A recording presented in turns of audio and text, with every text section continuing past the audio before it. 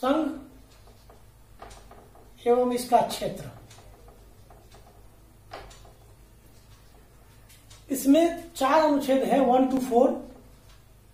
Article 1 में कहा गया है कि India that is Bharat will union of state, यानी कि आर्टिकल 1 में 2 बातें पता चलती हैं। पहला कि राष्ट्र का नाम इंडिया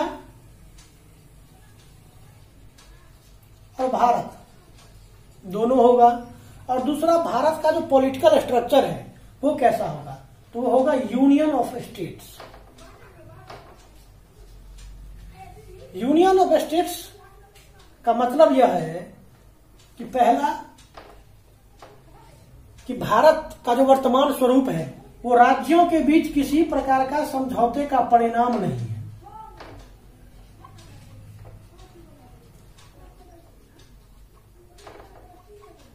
और दूसरा कि कोई भी राज्य संघ से बाहर नहीं जा सकता, यानी एंट्री तो है लेकिन एग्जिट का कोई गेट नहीं है। यानी एक बार जो स्टेट संघ में शामिल हो गया वो इससे बाहर नहीं जा सकता। साथ ही आर्टिकल 1 में भारत के पूरे क्षेत्र को 3 भागों में बांटा गया है। पहला राज्य के क्षेत्र, दूसरा यूटी यानी यूनियन टेरिटरीज, और तीसरा ऐसा कोई क्षेत्र जिसे भारत भविष्य में एक्वायर करेगा या अर्जित करेगा। और याद रहे कि यह अर्जन कैसे भी हो सकता है, चाहे संधि या समझौता के परिणाम स्वरूप हो सकता है। भारत भूमि खरीद सकता है किसी राष्ट्र से, या युद्ध में कहीं से जीत सकता है। संविधान लागू होने के बाद कई क्षेत्र हमने इसमें शामिल किए हैं, गोवा, दमन दीव, सिक्किम, ये सारे जो है सो बाद में एक्वायर किए गए हैं, सभी अलग अलग प्रक्रियाओं से एक्वायर हुए हैं। तो आर्टिकल 1 में इन बातों का विश्लेषण किया गया। यानी आर्टिकल 1 से 2 बातें पता चलती है कि पहला कि जो जिस राष्ट्र में हम रहते हैं, जिस देश में हम रहते हैं, उसका नाम क्या होगा। इंडिया और भारत दोनों ही है। यह नहीं समझना चाहिए कि इंडिया का हिंदी अनुवाद भारत है। इंडिया और भारत 2 अलग अलग नाम है भारत देश के। और साथ ही कि भारत का पॉलिटिकल स्ट्रक्चर जो होगा वो यूनियन ऑफ स्टेट्स होगा। ये समझ गए होंगे, अब इसको मिटा देते हैं। अब आर्टिकल 2 में चलिए। आर्टिकल 2 में कहा गया है कि संसद उन शर्तों पर जो संसद उचित समझे, यानी संसद अपने हिसाब से शर्त तय कर सकती है। संसद की शर्तों पर पहला कि संघ में किसी स्टेट को प्रवेश दे सकती है।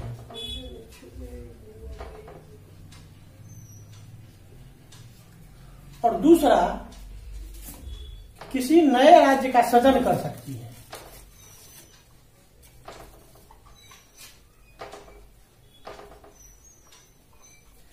यानी कि यदि कोई एग्जिस्टिंग स्टेट है तो संसद जैसे शर्त चाहे, जो भी शर्त लगानी चाहे, उस शर्त के साथ उसको भारत संघ में शामिल कर सकती है।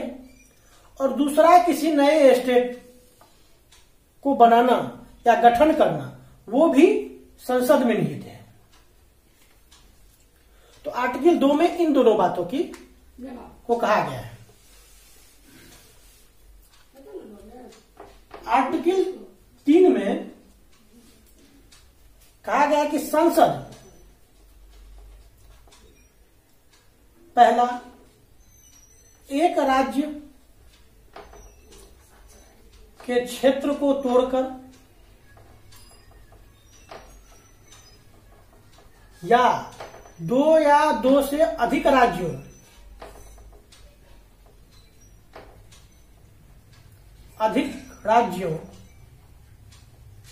के क्षेत्र को मिलाकर या एक राज्य प्लस एक राज्य तथा कुछ दूसरे राज्य के कुछ क्षेत्र को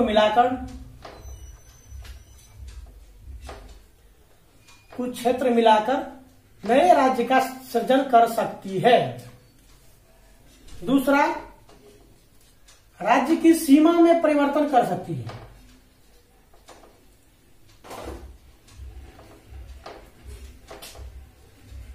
तीसरा, नाम में परिवर्तन कर सकती है। चौथा, राज्य का क्षेत्र घटा सकती है।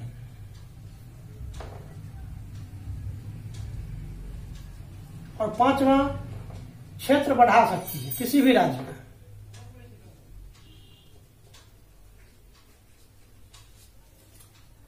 यानी कि अनुच्छेद 3 में संसद को यह अधिकार है कि इन 5 कार्यों को वो कर सकती है, लेकिन इसके लिए एक शर्त दिया गया है, और शर्त यह है कि इन कार्यों से रिलेटेड या इन सभी प्रावधानों से रिलेटेड अगर कोई बिल पार्लियामेंट में पेश किया जाता है तो उसके लिए राष्ट्रपति की पूर्व अनुमति की जरूरत होती है। प्रेसिडेंट ऑफ इंडिया की पूर्व अनुमति की जरूरत है, पूर्वानुमति। और राष्ट्रपति के लिए ये निबंधन है, या राष्ट्रपति पर यह अंकुश है कि राष्ट्रपति अनुमति देने से पूर्व विधेयक के ड्राफ्ट को स्टेट असेंबली में भेजेंगे, और स्टेट असेंबली से उसकी राय ली जाएगी। राय एक लिमिटेड टाइम में दिया जाना चाहिए जो राष्ट्रपति तय कर दे। और दूसरा यह बात ध्यान रखना चाहिए कि जो राय दी जाती है या जो सलाह दी जाती है स्टेट असेंबली द्वारा, वो राष्ट्रपति पर उससे बंधा हुआ नहीं है। राष्ट्रपति जरूरी नहीं है कि उसे मान ले,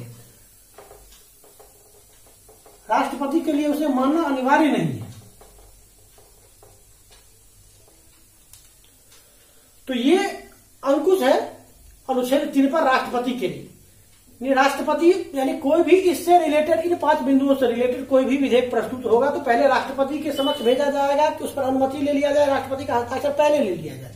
लेकिन राष्ट्रपति के लिए यह आवश्यक है कि इस प्रकार के विधेयक को पहले स्टेट असेंबली में भेजे।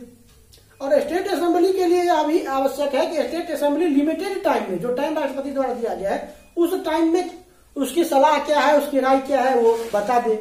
लेकिन जो सलाह है स्टेट असेंबली की, उसको मानने के लिए राष्ट्रपति किसी भी प्रकार से बाध्य नहीं है। यानी संसद में कोई बिल आता है कि किसी राज्य के नाम में परिवर्तन करना है या राज्य का कोई दूसरा नाम रखना है, राष्ट्रपति उसे स्टेट असेंबली के पास भेजते हैं। अब स्टेट असेंबली कहती है कि नहीं यही नाम ठीक है, हमें कोई दूसरा नाम नहीं रखना है। तो इसका मतलब यह नहीं है कि उस राज्य का नाम परिवर्तन की प्रक्रिया आगे नहीं बढ़ेगी। संसद चाहेगी, संसद उस नाम को परिवर्तित कर सकती है, क्योंकि राष्ट्रपति स्टेट असेंबली के किसी भी प्रस्ताव से या किसी भी सलाह से बंधे हुए नहीं है। तो अनुच्छेद 3 में इन बातों का जिक्र किया गया है। अब एक प्रश्न उठा 1960 में, बहुत फेमस मामला है बेरुबारी केस।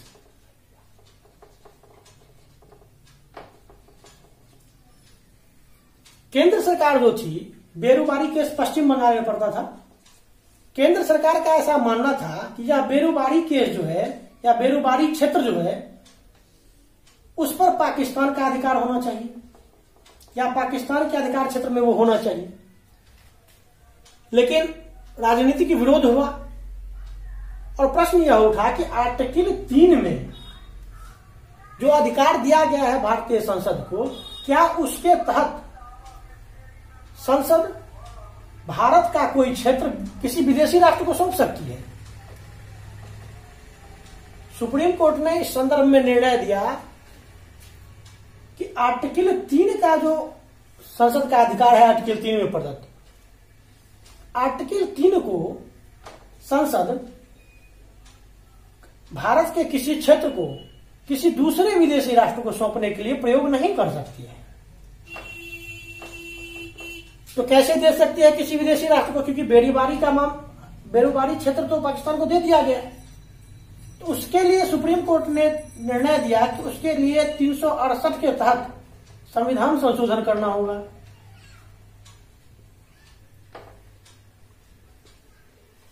और फिर 9th अमेंडमेंट हुआ कॉन्स्टिट्यूशन में, संविधान में, और बेरुबारी क्षेत्र पाकिस्तान को दे दिया गया। अभी हाल ही में 2015 में जो बांग्लादेश के साथ इनक्लेव का बंटवारा हुआ है, उसके लिए एक 100वां संशोधन किया गया, ताकि जो विपरीत अधिकार क्षेत्र में भूमि है वो भारत और बांग्लादेश के बीच का आदान प्रदान हो सके, और वो 6 किलोमीटर की लाइन जो है बॉर्डर एरिया लगभग असीमांकित थी, उसका सीमांकन किया गया। तो आर्टिकल 3 क्या है समझ गए होंगे। अब आर्टिकल 4 में चलते हैं। आर्टिकल 4 में जो आर्टिकल 1, 2, 3 के प्रावधान है उसके बारे में बताया गया है। एक प्रकार का सुरक्षा कवच उसे पहना दिया गया है कि आर्टिकल 4 में कहा गया है कि 1 से लेकर 3 तक के जो प्रावधान है उसको लागू करने के लिए यदि कोई विधेयक लाया जाता है तो उसे 368 के तहत संविधान संशोधन नहीं माना जाएगा। यह संविधान में खुद कह दिया गया है। तो इसका प्रभाव क्या होगा? संविधान संशोधन अगर नहीं माना जाएगा तो इसका प्रभाव किसी विधेयक पर क्या पड़ेगा? तो इसका प्रभाव ये होगा कि कोई भी विधेयक हाउस से सिंपल मेजोरिटी के साथ पास कर दिया जाएगा। सिंपल मेजोरिटी, सिंपल मेजोरिटी या साधारण बहुमत जिसको कहते हैं हिंदी में।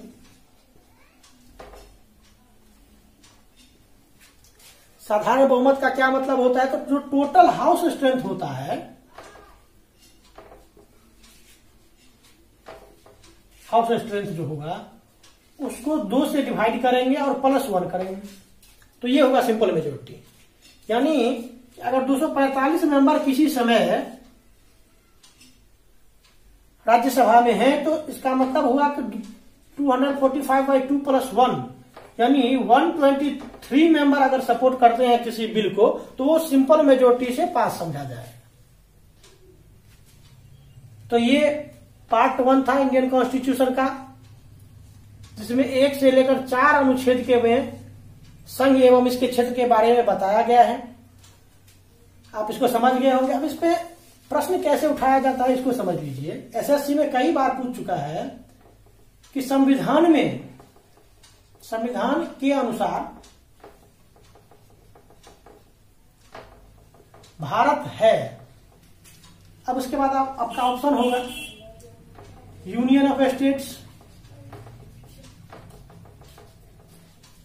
दूसरा फेडरेशन ऑफ स्टेट,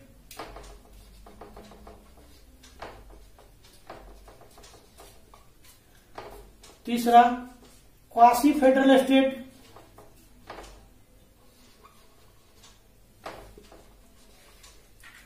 और चौथा ऑल ऑफ द अबव।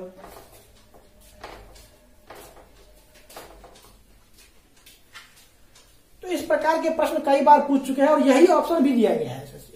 तो अगर इस प्रकार के प्रश्न पूछे जाए तो आपको मैंने अभी बताया था कि आर्टिकल 1 में कहा गया है कि India that is Bharat will be a union of states, तो इसका आंसर यूनियन ऑफ स्टेट्स होगा। हालांकि यह याद रखिए कि क्वासी फेडरल स्टेट भी है इंडिया, लेकिन संविधान के अनुसार नहीं है।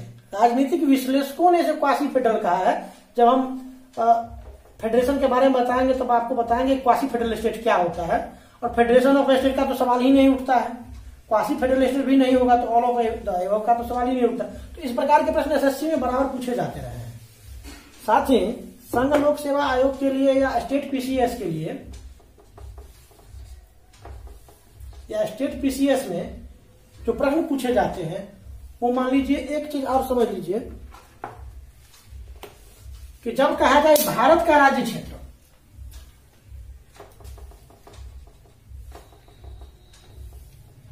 राज्य क्षेत्र और भारत संघ दोनों में अंतर है। भारत के राज्य क्षेत्र में सभी स्टेट आएंगे, जितने भी हैं भारत के सभी यूटी आएंगे यानी यूनियन टेरिटरीज आएंगे, और वे सारे क्षेत्र आएंगे जिनको भारत भविष्य में एक्वायर करेगा या अधिग्रहित करेगा। जबकि भारत संघ का जब बात आता है तो भारत संघ में केवल वे स्टेट आते हैं जहां विधानसभा है या स्टेट असेंबली हो,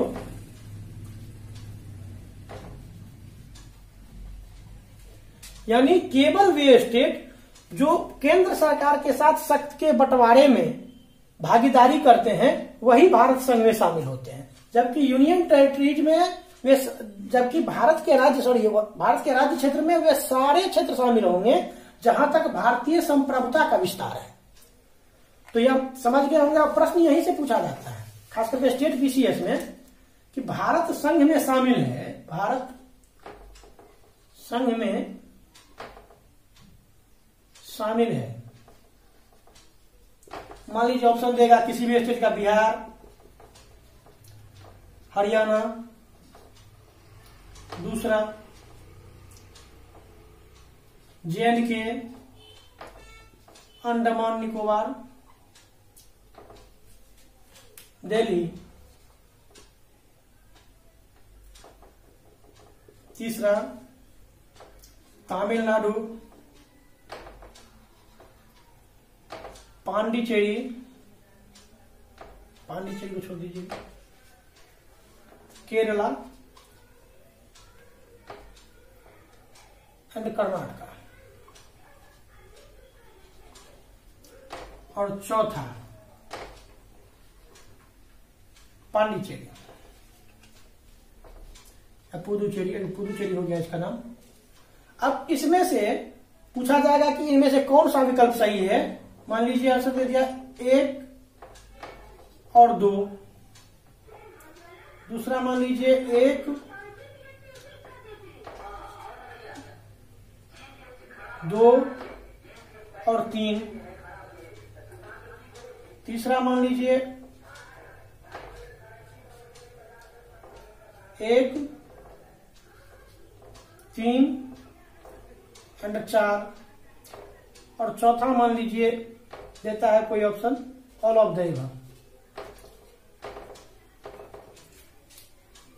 तो आप जानते हैं कि भारत संघ में केवल वे शामिल है जहां विधानसभाएं हैं, तो बिहार, हरियाणा इनमें विधानसभाएं हैं, तमिलनाडु, केरला और कर्नाटका में विधानसभाएं हैं, पांडिचेरी में विधानसभाएं हैं। तो इसलिए आंसर होगा 1, 3 और 4। तो 1, 3 और 4 यानी इसका आंसर सी होगा। यहां याद रखिए कि दिल्ली में तो है विधानसभा, लेकिन अंडमान निकोबार समूह और जे&के अभी यूटी है और यहां विधानसभा नहीं है, इसलिए भारत संघ में ये शामिल नहीं होगा। तो इस प्रकार के प्रश्न स्टेट बीसीएस में खूब पूछे जाते हैं। अब आशा करते हैं कि पार्ट 1 से रिलेटेड जितना भी प्रॉब्लम है वो आपको समझ में आ गया होगा।